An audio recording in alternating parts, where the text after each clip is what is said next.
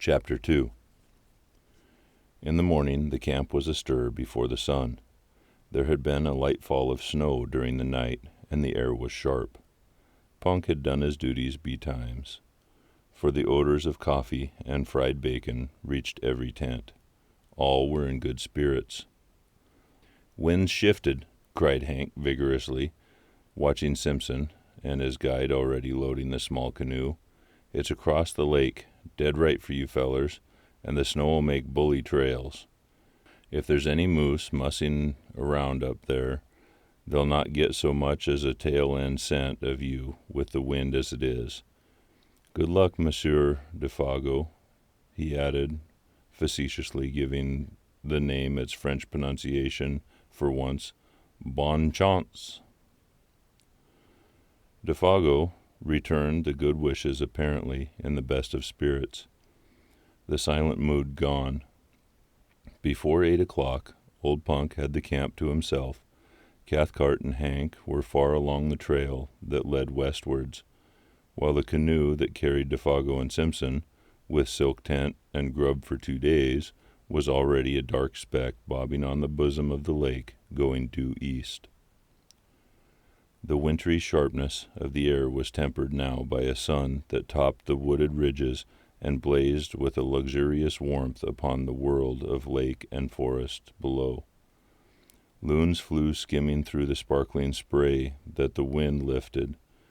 Divers shook their dripping heads to the sun and popped smartly out of sight again, and as far as the eye could reach rose leagues of the endless, crowding bush, desolate in its lonely sweep and grandeur, untrodden by foot of man, and stretching its mighty and unbroken carpet right up to the frozen shores of Hudson Bay. Simpson, who saw it all for the first time as he paddled hard in the bows of the dancing canoe, was enchanted by its austere beauty. His heart drank in the sense of freedom and great spaces, just as his lungs drank in the cool and perfumed wind. Behind him, in the stern, sat, singing fragments of his native chanties, Defago, steered the craft of birch bark like a thing of life, answering cheerfully to all his companions' questions. Both were gay and light-hearted. On such occasions men lose the superficial, worldly distinctions. They become human beings working together for a common end. Simpson, the employer, and Defago, the employed, among these primitive forces were simply 2 men, the guider and the guided. Superior knowledge, of course, assumed control, and the younger man fell without a second thought into the quasi-subordinate position. He never dreamed of objecting when Defago dropped the Mr. and addressed him as, "Say Simpson," or "Simpson, boss," which was invariably the case before they reached the farther shore after a stiff paddle of 12 miles against a headwind. They only laughed and liked it, then ceased to notice it at all. For this divinity student was a young man of parts and character, though as yet, of course, untraveled. And on this trip, the first time he had seen any country but his own and little Switzerland, the huge scale of things somewhat bewildered him. It was one thing, he realized, to hear about primeval forests, but quite another to see them, while to dwell in them and seek acquaintance with their wild life was, again, an initiation that no intelligent man could undergo without a certain shifting of personal values hitherto held for permanent and sacred. Simpson knew the first faint indication of this emotion when he held the new .303 rifle in his hands and looked along a pair of faultless, gleaming barrels. The 3 days' journey to their headquarters by lake and portage had carried the process of stage farther. And now that he was about to plunge beyond even the fringe of wilderness where they were camped into the virgin heart of uninhabited regions as vast as Europe itself, the true nature of the situation stole upon him with an effect of delight and awe that his imagination was fully capable of appreciating. It was himself and Defago against a multitude, at least against a Titan. The bleak splendors of the remote and lonely forest rather overwhelmed him with a sense of his own littleness. That stern quality of the tangled backwoods, which can only be described as merciless and terrible, rose out of these far blue woods swimming upon the horizon and revealed itself. He understood the silent warning. He realized his own utter helplessness. Only Defago, as a symbol of a distant civilization where man was master, stood between him and a pitiless death by exhaustion and starvation. It was thrilling to him, therefore, to watch Defago turn over the canoe upon the shore, pack the paddles carefully underneath, and then proceed to blaze the spruce stems for some distance on either side of an almost invisible trail, with the careless remark thrown in, "Say, Simpson, if anything happens to me, you'll find the canoe all correct by these marks. Then strike due west into the sun until hit home camp again, see?" It was the most natural thing in the world to say, and he said it without any noticeable inflection of the voice. Only it happened to express the youth's emotions at the moment with an utterance that was symbolic of the situation, of his own helplessness as a factor in it.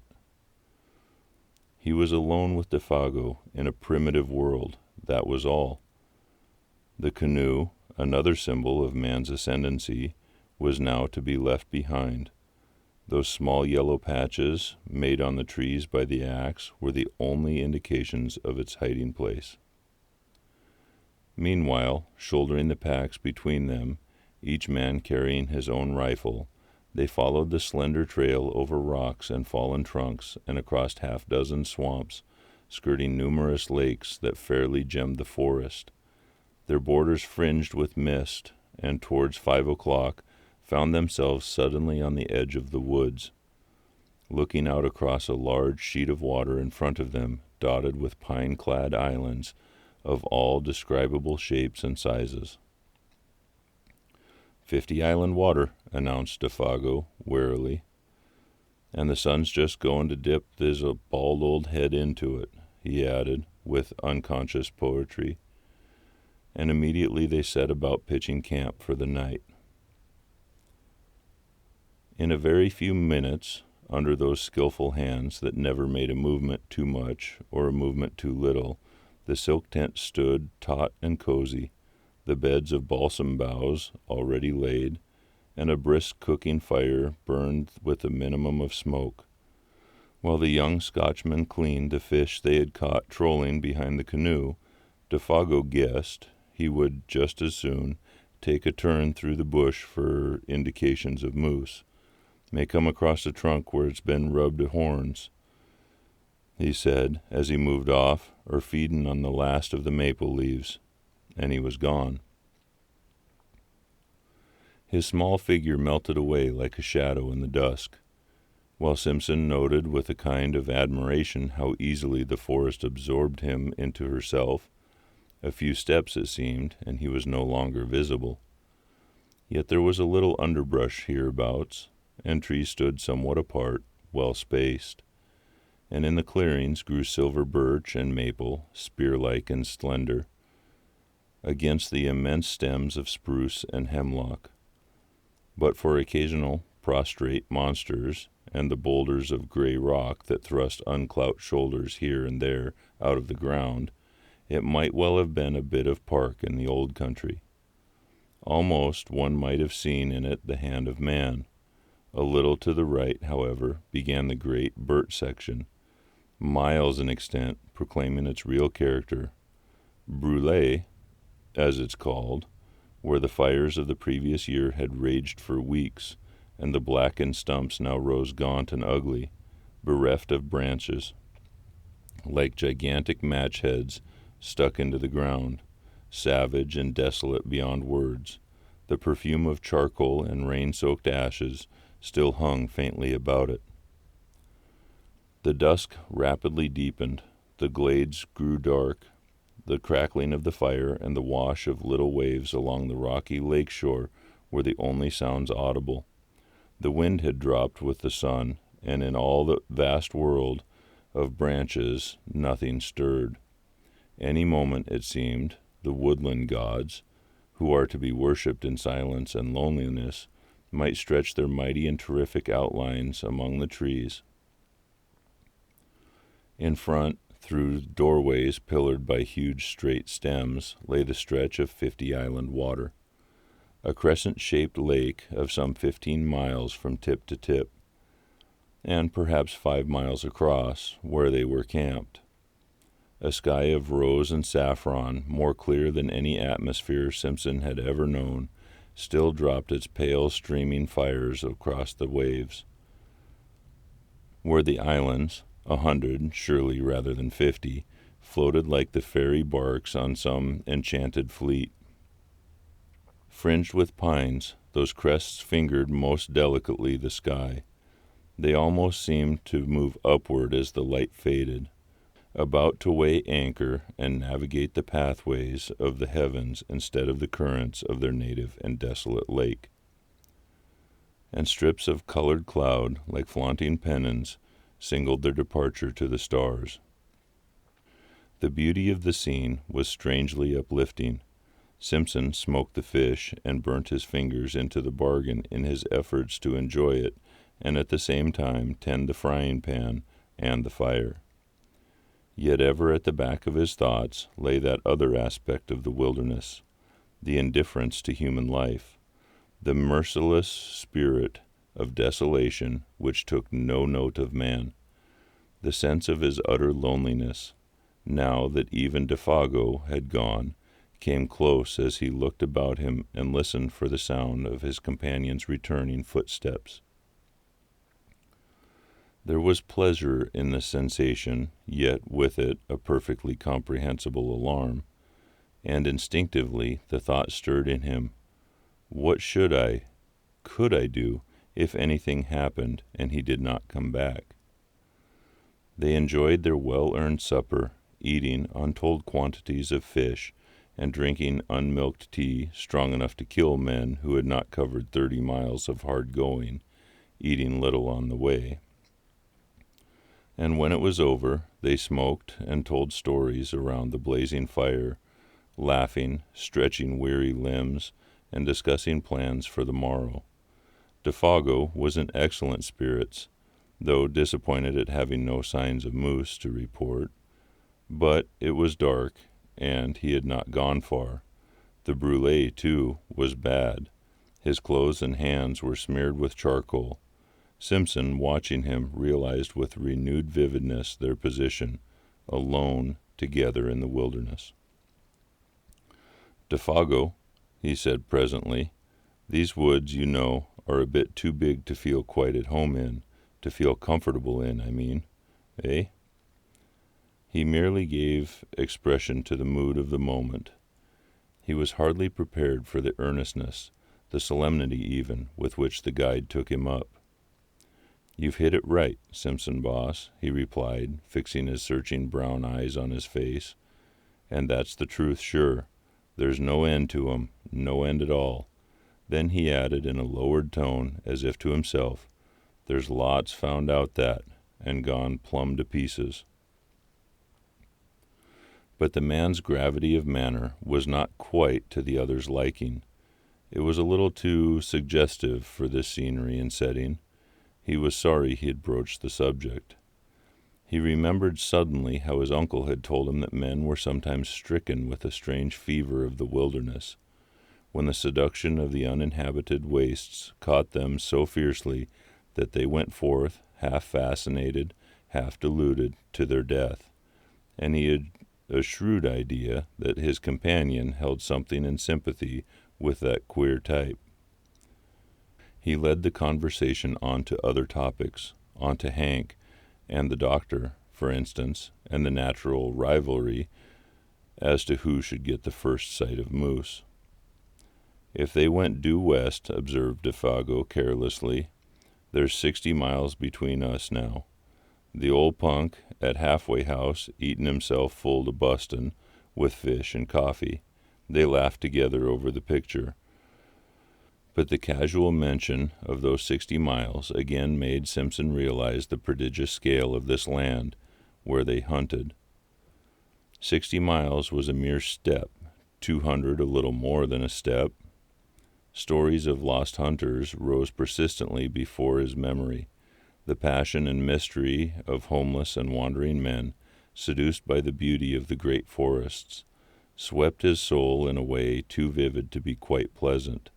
He wondered vaguely whether it was the mood of his companion that invited the unwelcome suggestion with such persistence. "Sing us a song, Defago, if you're not too tired," he asked.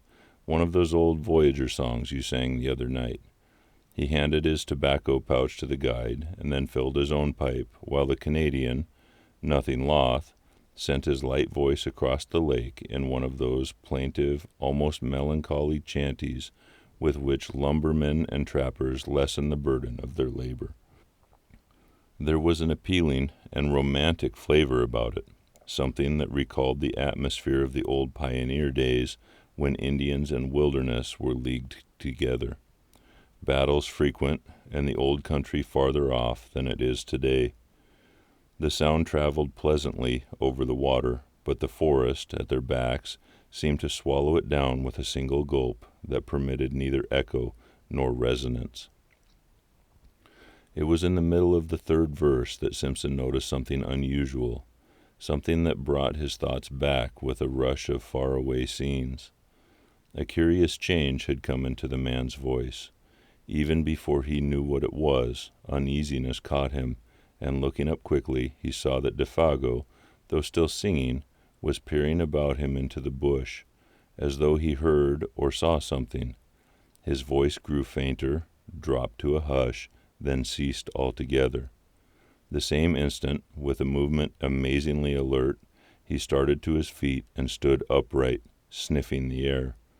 Like a dog scenting game, he drew the air into his nostrils in short, sharp breaths, turning quickly as he did so in all directions, and finally pointing down the lake shore, eastwards.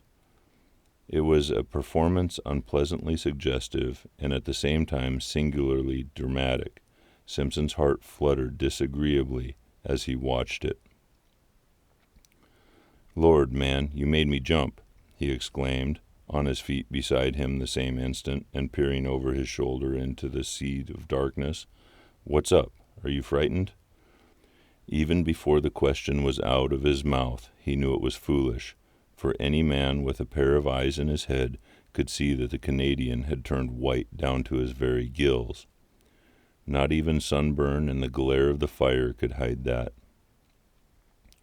The student felt himself trembling a little, weakish in the knees. "What's up?" he repeated quickly. "Do you smell moose? Or anything queer? Anything wrong?"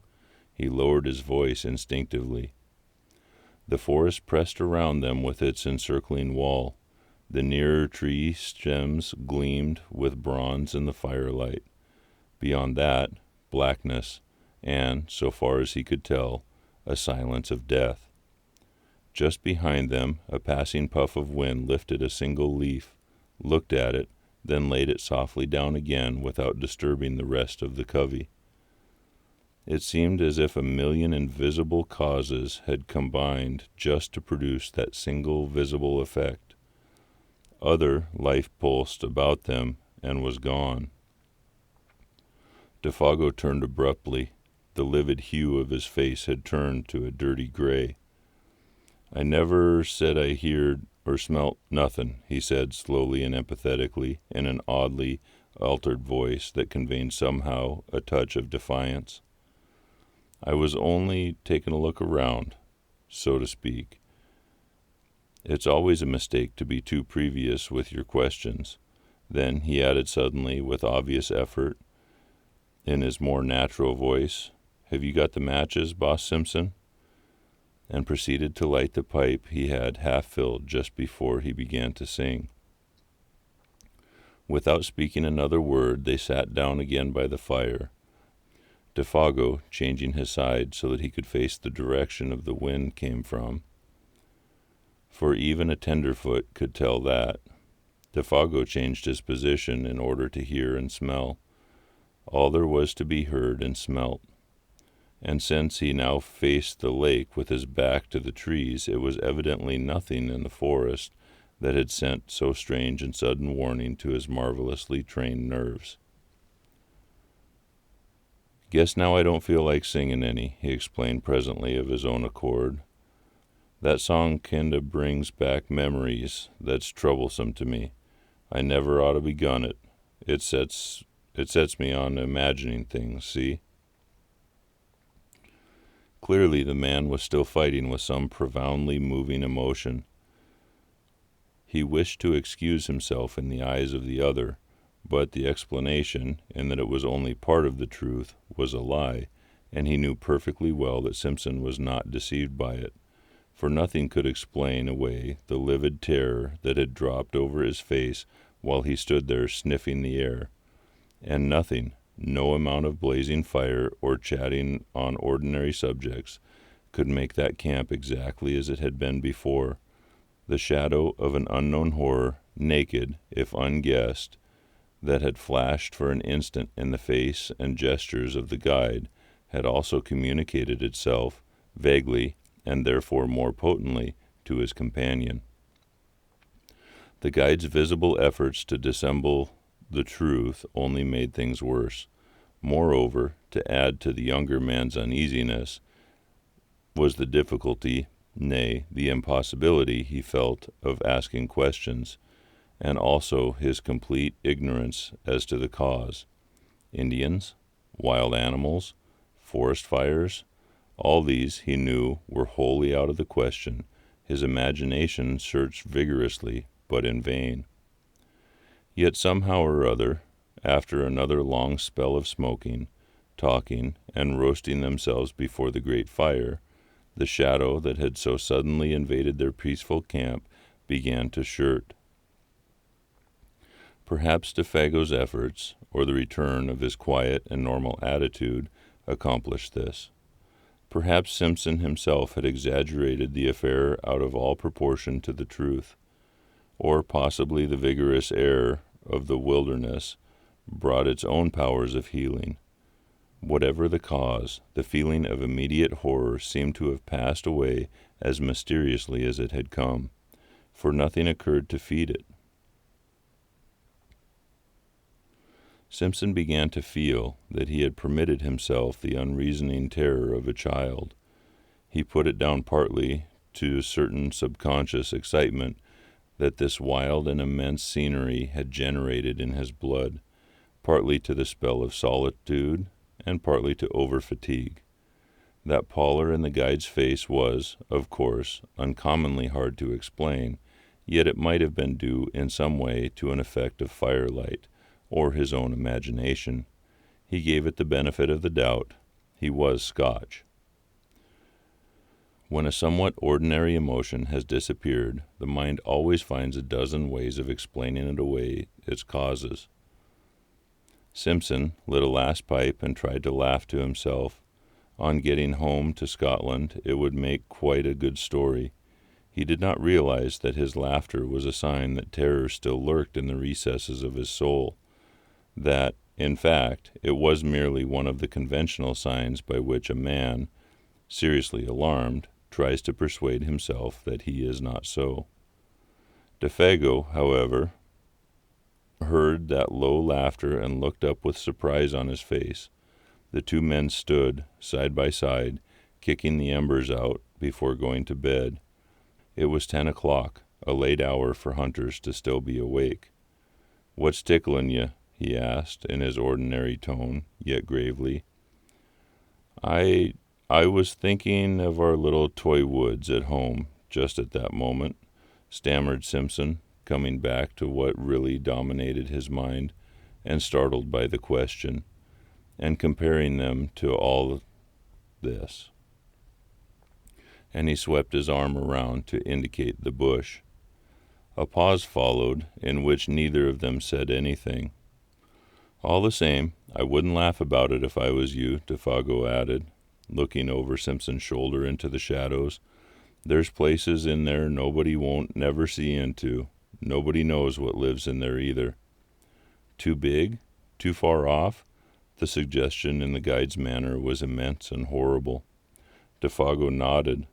The expression on his face was dark. He, too, felt uneasy. The younger man understood that in a hinterland of this size there might well be depths of wood that would never in the life of the world be known or trodden. The thought was not exactly the sort he welcomed. In a loud voice, cheerfully, he suggested that it was time for bed, but the guide lingered, tinkering with the fire, arranging the stones needlessly, doing a dozen things that did not really need doing. Evidently there was something he wanted to say, yet found difficult to get at. "Say you, Boss Simpson," he began suddenly, as the last shower of sparks went up into the air, "you don't smell nothing, do you?" "Nothing particular, I mean?"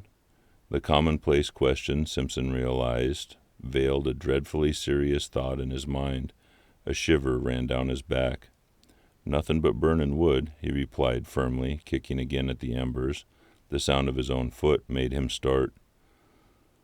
"And all the evening you ain't smelt nothing?" persisted the guide, peering at him through the gloom. "Nothing extraordinary and different to anything else you ever smelt before?" No, man, nothing at all," he replied aggressively, half angrily. Defago's face cleared. "That's good," he exclaimed with evident relief. "That's good to hear." "Have you?" asked Simpson sharply, and at the same instant regretted the question. The Canadian came closer in the darkness and shook his head. "I guess not," he said, though without overwhelming conviction. "Must have been just that song of mine that did it. It's the song they sing in lumber camps and God-forsaken places like that when they're scared. The Wendigo's somewhere around, doing a bit of swift traveling." "And what's the Wendigo, pray?" Simpson asked quickly, irritated because again he could not prevent that sudden shiver of nerves. He knew that he was close upon the man's terror and the cause of it, yet a rushing, passionate curiosity overcame his better judgment and his fear. Defago turned swiftly and looked at him, as though he were suddenly about to shriek. His eyes shone, but his mouth was wide open, yet all he said, or whispered rather, for his voice sank very low, was, "It's nothing but what those lousy fellers believe when they've been hittin' the bottle too long. A sort of great animal that lives up yonder." He jerked his head northwards, "quick as lightning in its tracks, and bigger than anything else in the bush. Ain't supposed to be very good to look at, that's all." "A backward superstition," began Simpson, moving hastily towards the tent in order to shake off the hand of the guide that clutched his arm. Come, hurry up for God's sake, and get the lantern going. It's time we were in bed and asleep if we're going to be up with the sun tomorrow." The guide was close on his heels. "I'm comin'," he answered out of the darkness. "I'm comin'." And after a slight delay he appeared with the lantern and hung it from the nail in the front pole of the tent. The shadows of 100 trees shifted their places quickly as he did so, and when he stumbled over the rope, diving swiftly inside, the whole tent trembled as though a gust of wind had struck it. The two men lay down without undressing upon their beds of soft balsam boughs cunningly arranged. Inside, all was warm and cozy, but outside the world of crowding trees pressed close about them, marshalling their million shadows and smothering the little tent that stood there like a wee white shell facing the ocean of tremendous forest. Between the two lonely figures within, however, there pressed another shadow that was not a shadow from the night. It was the shadow cast by a strange fear, never wholly exorcised, that leapt suddenly upon Defago in the middle of his singing. And Simpson, as he lay there, watching the darkness through the open flap of the tent, ready to plunge into the fragrant abyss of sleep, knew that first unique and profound stillness of a primeval forest when no wind stirs, and when the night has weight and substance that enters into the soul to bind a veil about it.